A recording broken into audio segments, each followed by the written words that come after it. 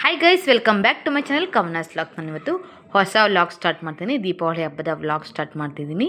ಎಲ್ಲರಿಗೂ ದೀಪಾವಳಿ ಹಬ್ಬದ ಹಾರ್ದಿಕ ಶುಭಾಶಯಗಳು. ದೀಪಾವಳಿ ಅಂದರೆ ಮೊದಲು ಪೂಜೆ, ಮನೇಲಿ ಎಲ್ಲ ಪೂಜೆ ಎಲ್ಲ ಆಗಿದೆ, ನೋಡ್ತಾ ಇರ್ಬೋದು. ದೀಪ ಎಲ್ಲ ಸಂಜೆ ಹಚ್ಚೋಣ ಅಂದ್ಕೊಂಡು ತುಪ್ಪ ದೀಪ ಎಲ್ಲ ಮಾಡಿ, ಹಾಗೆ ಒಂದು ಪೋಟ್ಲಿ ಕಟ್ತೀವಿ ನಾವು, ಅದಕ್ಕೂ ಕೂಡ ಅಮ್ಮ ಎಲ್ಲ ಇಟ್ಟು ಪೂಜೆ ಮಾಡಿದ್ದಾರೆ, ನೋಡ್ತಾ ಇರ್ಬೋದು. ನಿಮಗೆ ಅದು ಡೀಟೇಲ್ದಾಗಿ ನಾವು ಯಾವ ರೀತಿ ಕಟ್ತೀವಿ ಅನ್ನೋದು ಡೀಟೇಲ್ಸಾಗಿ ಬೇಕು ಅಂತಂದರೆ ದಯವಿಟ್ಟು ಕಮೆಂಟ್ಸ್ ಮೂಲಕ ತಿಳಿಸಿ. ನೋಡಿ, ಇಲ್ಲಿ ಅಮ್ಮ ಪೂಜೆ ಮಾಡ್ತಾರೆ. ನಾನು ಸ್ವಲ್ಪ ಲೇಟಾಗಿ ಸ್ನಾನ ಮಾಡಿದೆ, ಅದರಿಂದ ಅಮ್ಮನೇ ಬೇಗ ಎದ್ದು 9 ಗಂಟೆ ಒಳಗಡೆ ಪೂಜೆ ಮಾಡಬೇಕು ಅಂದ್ಕೊಂಡು, ಒಳ್ಳೆ ಮುಹೂರ್ತ ಇತ್ತು ಅಂದ್ಕೊಂಡು 9 ಗಂಟೆ ಆಗೋಷ್ಟೊತ್ತಿಗೆ ಪೂಜೆ ಮಾಡಿದರು. ಇಲ್ಲಿ ನೋಡಿ, ಹಬ್ಬದ ಅಡುಗೆ ನಾವು ಇಲ್ಲಿ ಜ್ಯೋತಿಯಕ್ಕರ ಮನೆ ಮಾಡಿದ್ವಿ. ನಾವು ಯಾವುದೇ ಹಬ್ಬದ ಅಡುಗೆ ಮಾಡಿದ್ವಿ ಎಲ್ಲರೂ ಒಂದು ಕಡೆ ಮಾಡ್ತೀವಿ ಅಷ್ಟೇ. ಜ್ಯೋತಿಯಕ್ಕರ ಮನೇಲಿ ಇಲ್ಲ ನಮ್ಮ ಮನೇಲಿ ಮಾಡ್ತೀವಿ. ಎರಡೂ ಕಡೆ ಮಾಡೋದಕ್ಕೆ ಹೋಗೋದಿಲ್ಲ. ನಾನ್ ವೆಜ್ ಮಾಡಿದ್ರು ಅಷ್ಟೇ, ನಾವು ಎಲ್ಲರೂ ಒಂದು ಕಡೆ ಮಾಡ್ತೀವಿ. ಏನಕ್ಕೆ ಅಂದರೆ ನಾವು 3 ಜನ ಒಂದೇ ಕಡೆ ಇರೋದ್ರಿಂದ ನಾವು ಒಂದೇ ಕಡೆ ಮಾಡ್ತೀವಿ.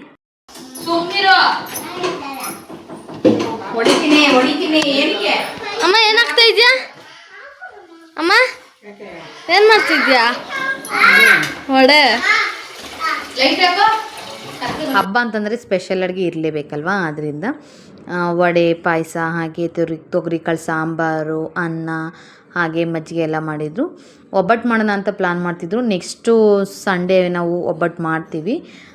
ಅದರಿಂದ ಬೇಡ ಅಂದ್ಕೊಂಡು ಮತ್ತೆ ಸುಮ್ಮನೆ ಯಾರು ಮತ್ತೆ 2 ಸಲ ಅಂದ್ಕೊಂಡು ವಡೆ ಪಾಯಸ ಮಾಡೋಣ ಅಂದ್ಕೊಂಡು ವಡೆ ಪಾಯಸನೇ ಮಾಡಿದರು. ನಾನು ಲೇಟಾಗಿ ಬಂದೆ, ಅಡುಗೆ ಮಾಡೋದಕ್ಕೆ ಏನಕ್ಕೂ ಹೆಲ್ಪ್ ಮಾಡಲೇ ಇಲ್ಲ. ನಾನು ಸ್ವಲ್ಪ ಸುಸ್ತಾಗ್ತಿತ್ತು ಅಂದ್ಬಿಟ್ಟು ನನ್ನನ್ನು ಬೇಡ ನೀನು ಮನೇಲೇ ಇರು, ಒಟ್ಟಿಗೆ ಊಟಕ್ಕೆ ಬಾ ಅಂತ ಅಂದ್ಬಿಟ್ಟು ಹೋದರು. ನಾನು ಮನೇಲೇ ಇದ್ದೆ. ತುಂಬಾ ಚೆನ್ನಾಗಿ ಮಾಡಿದ್ರು ಅಡುಗೆ ಎಲ್ಲನೂ. ನೋಡಿ, ವಡೆ ಪಾಯಸ ತುಂಬಾ ಚೆನ್ನಾಗಿತ್ತು. ಕಾಂಬಿನೇಷನ್ ಅಂತೂ ಸಖತ್ತಾಗಿತ್ತು ಅಂತಲೇ ಹೇಳ್ಬೋದು. ಅಡುಗೆ ತುಂಬಾ ಚೆನ್ನಾಗಿ ಮಾಡಿದರು. ನಮ್ಮ ಅಚ್ಚು ನೋಡಿ ಕಲ್ ಮೇಲೆ ಕೂರಿಸ್ಬಿಟ್ಟಿದ್ದಾರೆ. ಅವನ್ನ ಏನಕ್ಕೆ ಕಲ್ ಮೇಲೆ ಕೂರಿಸಿದ್ರು ಅಂದರೆ ಅವ್ನು ಸ್ವಲ್ಪ ಗಲೀಜು ಮಾಡ್ಕೊಂಡು ತಿನ್ನೋದು ಜಾಸ್ತಿ, ಅದಕ್ಕೆ ಮೇಲ್ಗಡೆನೇ ಆದರೆ ಅಲ್ಲೇ ನೀಟಾಗಿ ಒರೆಸ್ಕೊಬಿಡ್ಬೋದು ಅಂದ್ಕೊಂಡು ಮೇಲ್ಗಡೆನೇ ಕೂರಿಸಿದ್ದಾರೆ. ಅವನು ಹಂಗೆ ಗಲೀಜು ಮಾಡ್ತಾನೆ ಕೂಡ. ನೋಡಿ, ಇಲ್ಲಿ ವಡೆ ಮಾಡ್ತಾವ್ರೆ. ಶಾವಿಗೆ ಪಾಯಸನ ಶಾವಿಗೆ ಪಾಯಸ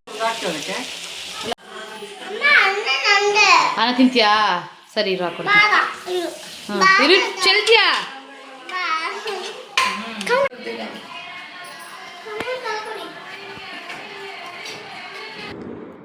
ಎಲ್ಲರೂ ಕೂಡ ಒಟ್ಟಿಗೆ ಕೂತ್ಕೊಂಡು ಊಟ ಮಾಡ್ತೀವಿ. ಫಸ್ಟು ವಡೆ ಹಾಗೆ ಪಾಯಸ ತಿಂದ ನಂತರ ನಾವು ಅನ್ನ ಸಾಂಬಾರು ತಿಂದ್ವಿ. ತುಂಬಾ ಚೆನ್ನಾಗಿತ್ತು. ನನಗಂತೂ ತುಂಬ ಹೊಟ್ಟೆ ಎಷ್ಟೋಗ್ಬಿಟ್ಟಿತ್ತು. ಹೊಟ್ಟೆ ತುಂಬ ಹಾಕ್ಸ್ಕೊಂಡು ತಿಂದೆ. ಎಲ್ಲ ಆಗಿದ ನಂತರ ಇವರು ಮೊದಲೇ ಬೇಬಿ ಶವರ್ ಮಾಡಬೇಕಂತ ಇವರು ಪ್ಲ್ಯಾನ್ ಮಾಡ್ಕೊಂಡಿದ್ರು. ನನಗೆ ಅದು ಗೊತ್ತಿರಲಿಲ್ಲ. ರೆಡಿ ಆಗು ಅಂತ ಅಂತಿದ್ರು. ನನಗೆ ರೆಡಿ ಆಗೋಕ್ಕೂ ಅಷ್ಟು ಮೇಕಪ್ಪು ಅಷ್ಟೆಲ್ಲ ಬರೋದಿಲ್ಲ ನನಗೆ. ಜ್ಯೋತಿಕನೇ ರೆಡಿ ಮಾಡಿದ್ರು, ತುಂಬ ಚೆನ್ನಾಗಿ ರೆಡಿ ಮಾಡಿದ್ರು. ನೋಡಿ, ಎಲ್ಲರೂ ಕೂಡ ಒಟ್ಟಿಗೆ ಕೂತ್ಕೊಂಡು ಊಟ ಮಾಡ್ತಿದ್ವಿ. ನಾವು ಎಲ್ಲರೂ ಸಿಗೋದೆ ಹಬ್ಬಗಳಲ್ಲಿ ನಾವು ಎಲ್ಲ ಒಟ್ಟಿಗೆ ಎಂಜಾಯ್ ಮಾಡ್ತೀವಿ. ರೆಡಿ ಆಗಿ ಬಂದೈತೆ ಕವನಕ್ಕ. ಎಂಟಕ್ಕೆ ರೆಡಿ ಆಗಿದ್ದೀರಾ? ಹೇಳಿ. ಏನಕ್ಕಿಲ್ಲ, ಹೇಳಿ, ಎಂಟಕ್ಕೆ ರೆಡಿ ಆಗಿದ್ದೀರಾ? ಫ್ರೆಂಡ್ಸ್, ಕವನಕ್ಕ ರೆಡಿ ಆಗಿ ಬಂದೈತೆ. ಕವನಕ್ಕ, ಎಂಟಕ್ಕೆ ರೆಡಿ ಆಗಿದ್ದೀರಾ? ಬೇಬಿ ಶವರ್ ಯಾರ್ದು? ನಂದು. ಯಾರು ರೆಡಿ ಮಾಡಿದ್ದು? ಜ್ಯೋತಿಕ. ಇಷ್ಟು ಚೆನ್ನಾಗಿ ಮಾಡೋರಲ್ವಾ? ಅಮ್ಮ ಚೆನ್ನಾಗಿ ಮಾಡಿದ್ಯಾ ರೆಡಿ? ಅವನಕ್ಕ ಅವನ ಕೈಲಿ ಬಲೆ ತೋರಿಸ್ಕೊಂತಿದ್ದೀರಾ? ಯಾಕೆ? ಈ ಡ್ರೆಸ್ ಮ್ಯಾಚ್ ಆಗಲ್ಲ ಅಂತನಾ? ಚೆನ್ನಾಗಿ ಕಾಣ್ತಾ ಇದ್ದೀರಾ? Thank you. ಫ್ರೆಂಡ್ಸ್, ಇವತ್ತು ಕವನಕ್ಕಂಗೆ ಬೇಬಿ ಶವರ್ಸ್ ಮಾಡ್ತವ್ರೆ. ಈಗ ಬೇಬಿ ಶವರ್ ಮಾಡೋ ಟೈಮ್. ಈಗ ಕವನಕ್ಕ ಫೋಟೋ ಶೂಟ್ ಮಾಡ್ಕೊತವ್ರೆ. ಆಮೇಲೆ ಕೇಕ್ ಕಟ್ಟಿಂಗು ಎಲ್ಲ ಆದಮೇಲೆ ಪಟಾಕಿ ಹೊಡಿತೀವಿ ದೀಪಾವಳಿಗೆ. ಈ ಔಟ್ಫಿಟಲ್ಲಿ ಹೆಂಗೆ ಕಾಣ್ತಾರೆ ಅಂತ ಕಮೆಂಟಲ್ಲಿ ಹಾಕಿ. ಸಾಂಗ್ ಏನಕ್ಕೆ ನನಗೆ ಸೀಮಂತ ಮಾಡ್ತೀರಿ, ಹಿಂಗೆ ಮಾಡ್ತಾರಲ್ಲ. Hi friends, welcome to Kavana's vlog again.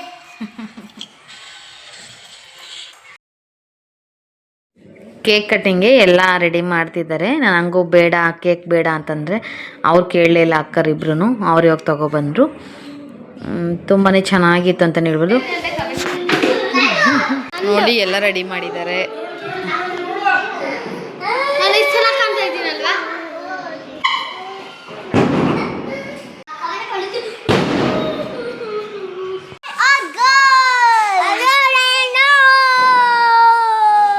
ನನಗೆ ಟ್ರಫಲ್ ಕೇಕ್ ಅಂದರೆ ತುಂಬ ಇಷ್ಟ.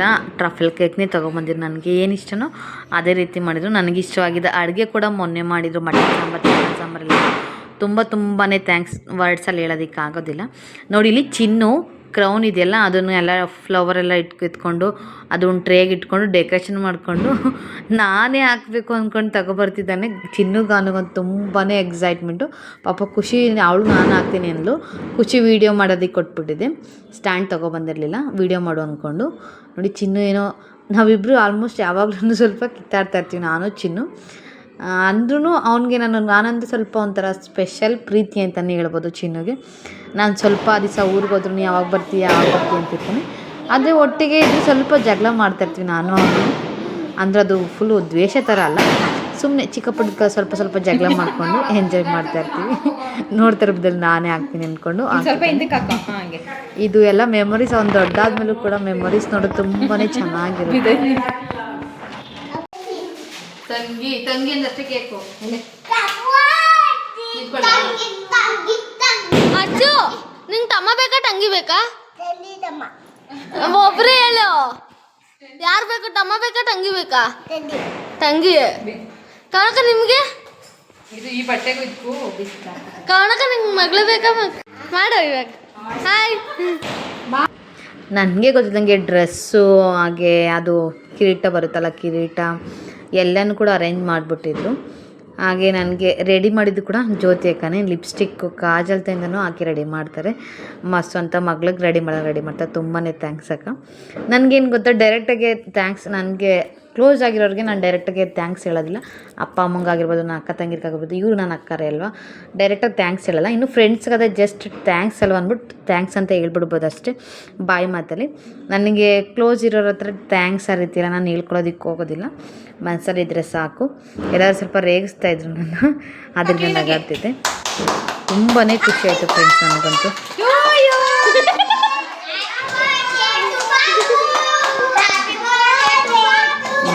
ಕೇಕ್ ಕಟ್ ಮಾಡ್ತೀನಿ. ಏನು ಗೊತ್ತಾ, ಬ್ಯಾಕ್ಗ್ರೌಂಡ್ ನಾನು ಡೈರೆಕ್ಟ್ ವಾಯ್ಸ್ ಲೈವಲ್ಲೇ ಇರಲಿ ಅಂತ ಅಂದ್ಕೊಂಡೆ.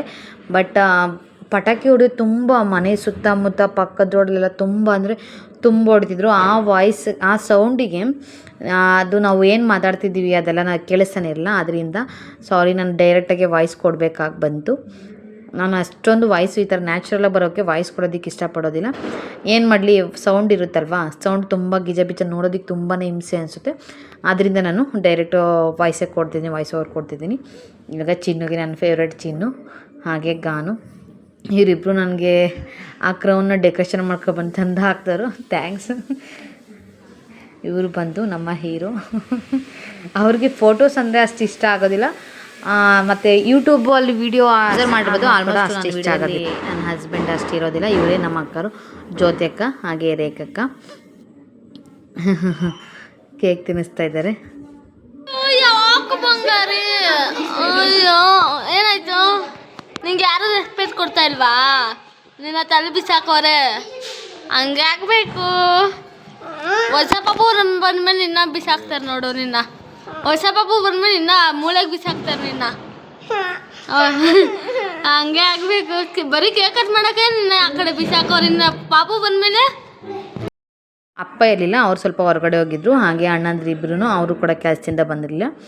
ಅದರಿಂದ ಪರವಾಗಿಲ್ಲ ಅಂದ್ಕೊಂಡು ನಾವು ಇವರೇ ಎಲ್ಲ ಸೇರ್ಕೊಂಡು ಜನರೇಷನ್ ಬರುತ್ತೆ. ಊರಿಂದ 4 ಜನರೇಷನ್ ಆಗಿದೆ. ನೆಕ್ಸ್ಟ್ ನೋಡಿ, ಇದು ನಮ್ಮ ಖುಷಿ ವೀಡಿಯೋ ಮಾಡ್ತಿದ್ಲು. ಪಾಪ ಆಲ್ಮೋಸ್ಟ್ ವೀಡಿಯೋಗೆ ಸಿಕ್ಕಿಲ್ಲ. ಖುಷಿ ಅವಳು, ನಾನು ಬ್ಲ್ಯಾಕ್ ಕಲರ್ ಹಾಕ್ಕೊಳ್ತೀನಿ ಅಂದರೆ ಅವಳು ಬ್ಲ್ಯಾಕ್ ಕಲರ್ ಹಾಕ್ಕೊಂಡಿದ್ಲು. ಅಚ್ಚನು ಕೂಡ ನಾವು 3 ಜನ ಬ್ಲ್ಯಾಕ್ ಹಾಕೊಳ್ಳೋಣ ಅಂದ್ಕೊಂಡು 3 ಜನ ಬ್ಲ್ಯಾಕ್ ಕಲರ್ ಹಾಕಿ ಕೇಕ್ ಇಲ್ಲೋಡ ಚಾನಲ್ಲಿ ಕೇಕ್ನ ಕಟ್ ಮಾಡಿ ಕೊಡ್ತಾವನೆ. ನಮ್ಮ ಅಜ್ಜು ಪ್ಲೇಟ್ ಕೊಡ್ತಾನೆ, ನಾನು ಎಲ್ಲರಿಗೂ ಕೊಡ್ತಾವಳೆ. ಇವರು ನಮ್ಮ ಮನೆಯ ಮಕ್ಕಳು. ಅಚ್ಚು ಬಿಸಿ ಇಲ್ಲ ಬಿಡೋದು.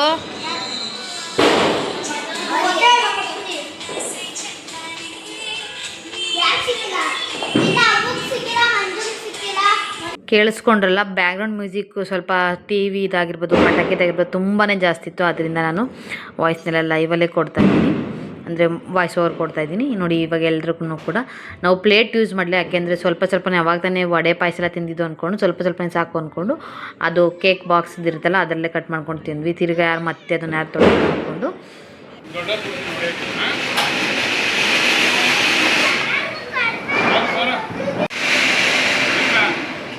ನೋಡಿ ಬೆಳಗ್ಗೆಯಿಂದನೂ ಬೆಳಗ್ಗೆಯಿಂದನೂ ಆಟ ಆಡ್ಬಿಟ್ಟಿದ್ದಾನೆ.